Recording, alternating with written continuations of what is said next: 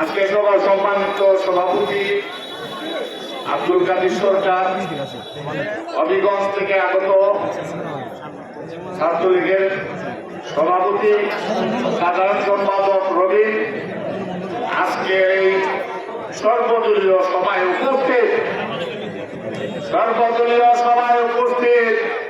সকল জনসাধারণকে জানাইতেছি আমার সালাম। মনে বড় কষ্ট নিয়ে আজকে এখানে দাঁড়াইছি, কিছু কথা বলতে চাই। যে কথাগুলো একটা মেসেজ, সারা বাংলাদেশের জন্য একটা মেসেজ দিয়ে গেলাম।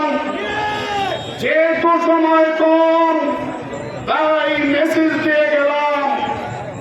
আজকে সোনারঘাট মাধবপুরের শুধু গর্ব না, আমাদের তাইতো বর্তমান সারা বিশ্বের, সারা বাংলাদেশের গর্ব। আজকে যে ষড়যন্ত্র চলছে, যে ষড়যন্ত্র করে আমাদের এই সোনারঘাটের যে মনে, আমাদের অন্তরের মানুষকে ছিনিয়ে নেওয়ার জন্য যে ষড়যন্ত্র চলছে, সেই ষড়যন্ত্রকে আমরা অবশ্যই প্রতিহত করব। একটা কথা বলতে চাই, আজকে পুলিশ প্রশাসন, তাদেরকে বলতে চাই, আপনারা বিবৃতি দেন, আপনারা এই পর্যন্ত কি করছেন আমাদেরকে জানার ব্যবস্থা করেন। কারণ এই পর্যন্ত আপনারা হলেন সর্বোচ্চ সংস্থা, নিরাপত্তা আপনারা দিবেন। আপনারা বলতে হলে আমাদের সমাজের নিরাপত্তার কি ব্যবস্থা আপনারা করবেন। আমরা বলতে পারি, আজকে প্রশাসন দেখেন, মানুষ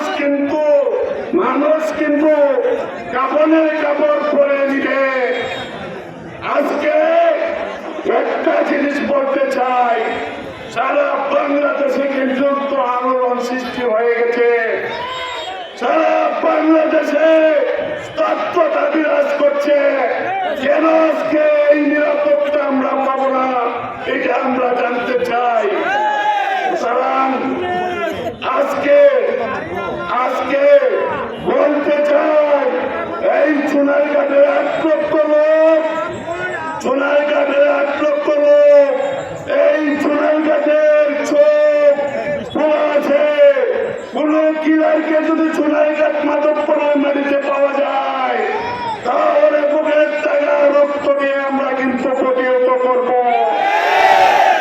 আমরা সজাগ আছে, আমরা আমাদের যুদ্ধের জন্য প্রস্তুত আছি।